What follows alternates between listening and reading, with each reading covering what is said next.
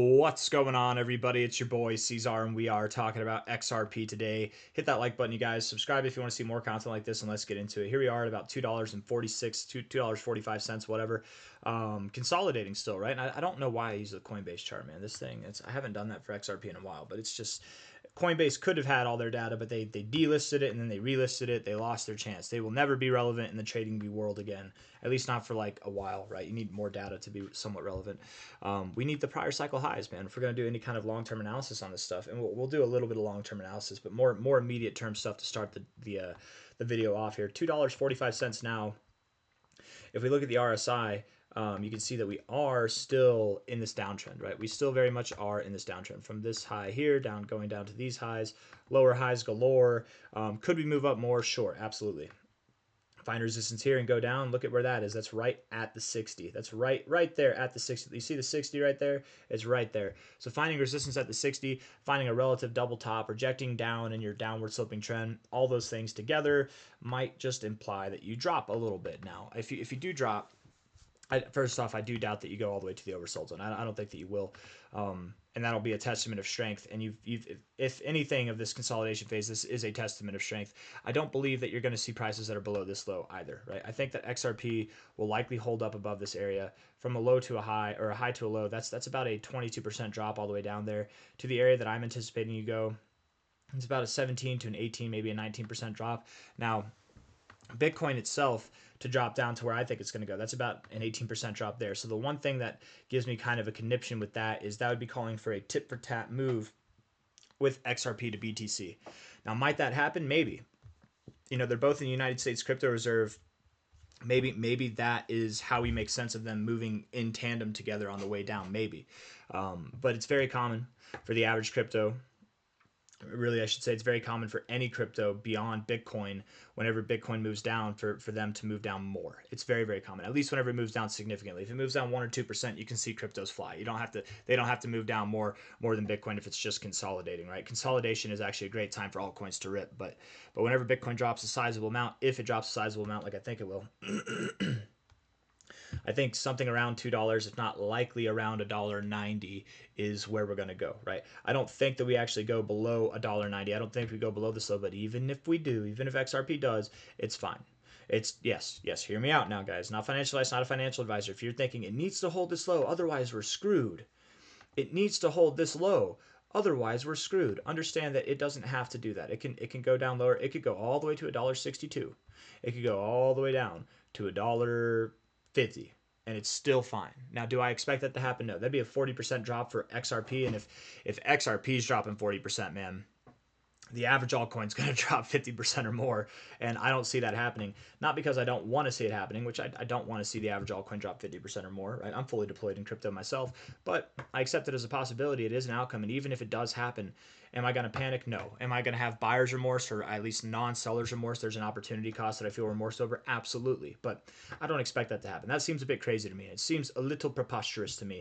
I think we will stay in this consolidation phase. I don't think we go below $1.79, but the reason why we're talking about this is not because of what I think is going to happen. It's because in case something outside of what my expectations are happens, I don't want people to panic sell. I don't want you to sell it. Quite literally, if this were to happen, that's the worst time to sell. Okay, it's the absolute worst time to sell. If this is a great area to buy, why is just a little bit below there so much worse to buy, right? It's at prior areas of support, or prior areas of resistance for support. It's not a bad thing. It's just dramatic. It's a little bit dramatic. Let's be fair.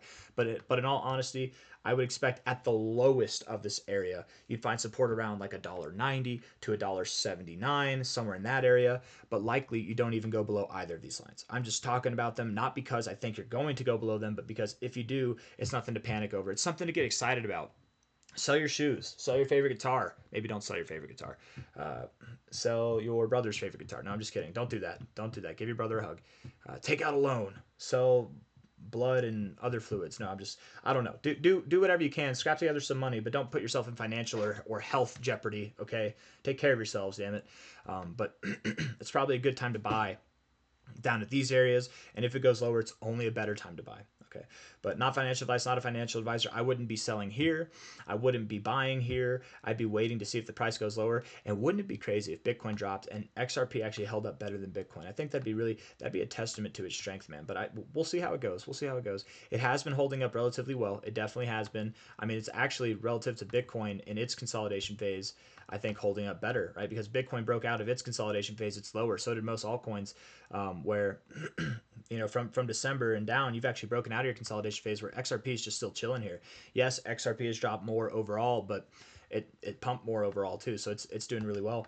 I do think that you're in some kind of diamond pattern or some kind of top. I don't know what to call it. I feel like if you zoom out here, you look at the weekly time frame, it's a diamond pattern, clear as day. It really does look like it. I'll delete all these lines so you don't have to get that headache, right? Doesn't it look like a diamond pattern?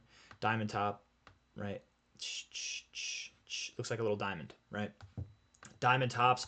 People have a bad taste in their mouth over diamond tops because of Bitcoin. They think that means that we have to go down. But diamond tops are neutral patterns. They're not bullish. They're not bearish. They're just neutral patterns, and they're very volatile and very fast moving patterns. So whenever you break out, whatever direction you break out on, it's likely to be fast and volatile.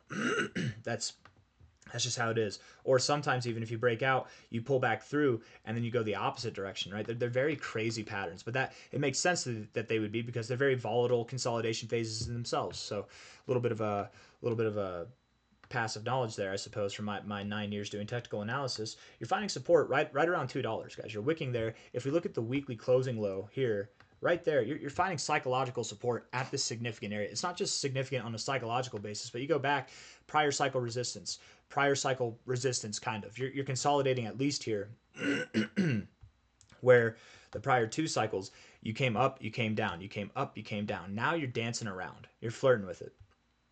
This different behavior begets different results. That's my simple way of putting it, right? Different behavior, same behavior might beget the same results, but we would have known that by now. Different behavior, logic might dictate. Doesn't mean it has to, but logic would at least consider different behavior begets different results, right? Like if you have an alcoholic, or if you're an alcoholic and you keep hanging out at a bar and you're trying to go sober, well, you're probably going to have a hell of a hard time doing that. But if you're an alcoholic and you start doing outdoor activities or hanging out with people who are not alcoholics and have your best interests in mind, you're probably going, different behavior begets different results, right? That's not a hard conclusion to draw at all, right? I don't think I'm asking for much calling for XRP to move up here. Now what I am about to ask for, which is a lot, getting into the more midterm, long-term stuff. Hold on, let me clear my throat out here. Yeah.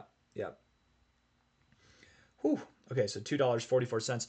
What I am expecting is that we will see prices up above $10 and $15, or above $10 and around $15, maybe somewhere in between by the end of May, if not by the end of June. Oh, I don't know how many people are expecting that, but that's my expectation. XRP Moon Boys, I know you're out there. You got the launch pad ready for $10 to $15 here in the coming months. I know you got that ready too. Maybe you've got it ready for, if you're a Moon Boy, you got to at least have like $100 in mind right now. I don't think I do think in time XRP will work up to $100. Here's something else before we get into the macro. For anybody who's just new and they don't understand XRP, they don't understand the tokenomics of XRP. Very simply put, we look at this here, right? Number 4 crypto market cap coin. That's awesome. It's really number 3 if we take out USDT. Fully diluted valuation is a lot higher than what its total market cap is now. Yes, that's true. But the max supply here, this is not, there are no longer 100 billion XRP. There's less, because every time you transact XRP, anytime that you actually transact it on its blockchain, it burns, it ripples, it fractionalizes.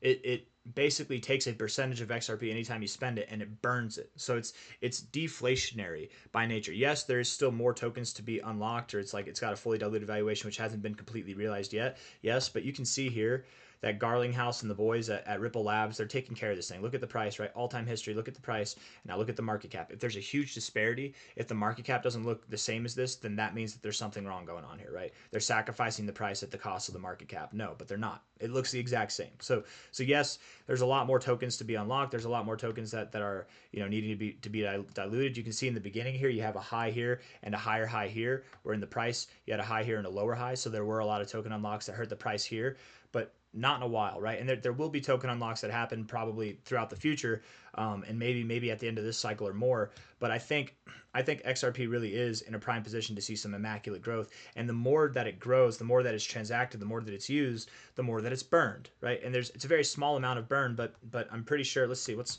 does Grok have to say here? Okay, what just happened there? Okay, I didn't mean to do that. Come on, Grocky Poo Poo. Let's see. What is the burn rate of XRP per transaction? It's really small. It's really, really small, in all honesty. But if it becomes like a world reserve currency, or it's utilized more, that small rate, you know, over time can add up. Let's see. Or did they change it? Transaction, yes. It's designed to prevent spam and ensure network efficiency. The base transaction fee is this, also known as 10 drops. Ripples, drops. Hey, I like that. Where 1 XRP equals 100 or equals 1 million drops. This amount is burned, permanently removed from circulation with each standard transaction. Yes. However, the actual burn rate can vary. I'm not going to read all that, but if you want to read that, you want to pause it, go for it. If you don't have access to Grok or you just don't want to use it yourself. But yeah, in case you didn't know that, XRP is deflationary. So whenever I say it's not going to go to $100, I just mean it's not going to go to $100 this cycle, right?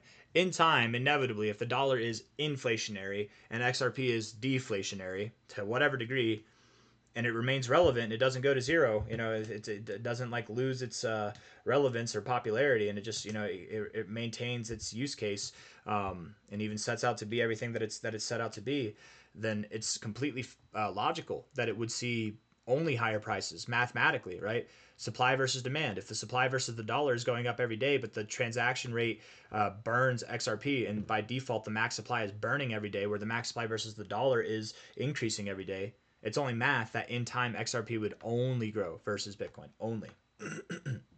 Not Bitcoin, sorry. The US dollar. And maybe versus Bitcoin too. You never know. But $2.44 now, from a high to a low of the bull market in 2017 to the bear market there in 2020. The next target area. Oops. I'm like, why is that pink line there? I got to get rid of that. Hold on. We're going to put that back down where it belongs. It's a very, very small fib. It's not an insignificant fib, though. It comes in help very well sometimes. Not in this one, to be fair, but anyways. $8.37 is your next target area. And then beyond that, if you don't stop here, which I have a hard time believing, here's why I don't think you stop at $8.37, because you've been consolidating for multiple cycles.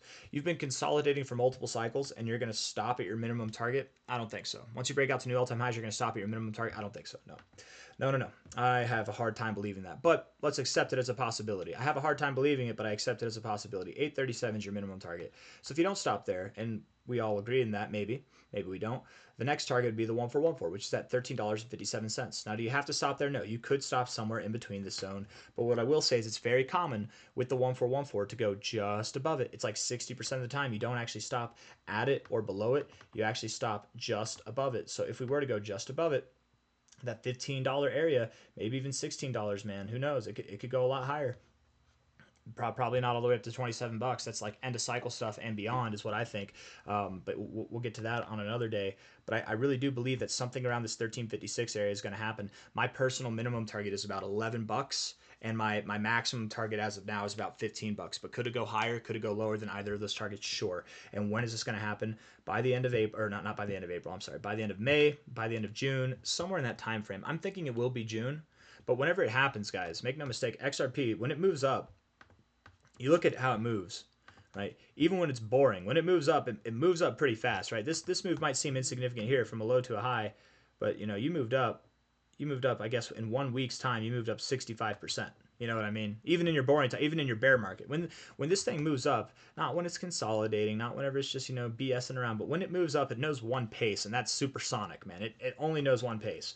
When this thing moves up, it's gonna see these prices like that. It's going to see them like that. That's why you're consolidating right now. That's why you're doing that. You know, you're going to see a nice bit of growth here over the coming months. And beforehand, we're at 244 now. You might go up a little bit from here, and don't get too excited if you do. You might go up a little bit from here. I would start to get excited. The only time I'd get excited is if you do close a day or a week above $2.94. If you can do that, okay, then I'm wrong. You're not going down to $2 or around there. You're actually going to rip through the roof in a shorter amount of time than I thought, and that's fine. But until that happens, I bet that you do go down a little bit. You probably drop down to about $2, $1.90, somewhere in that area. If you go lower, it's fine. Inevitably, this is the target zone. I've got nothing else for you guys. I hope you enjoyed the video. If you did, hit the like button. Subscribe if you want to see more content like this. Thank you all for being here. I'll see you on the next one. Take care. Bye-bye.